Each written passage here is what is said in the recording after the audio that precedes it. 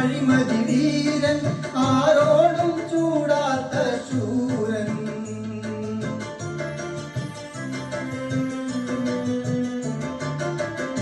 അഹംഭവക്കാരൻ അഴിമതി വീരൻ ആരോടും ചൂടാത്ത ശൂരൻ അമരക്കാരൻ സമരക്കാരൻ അമരക്കാരൻ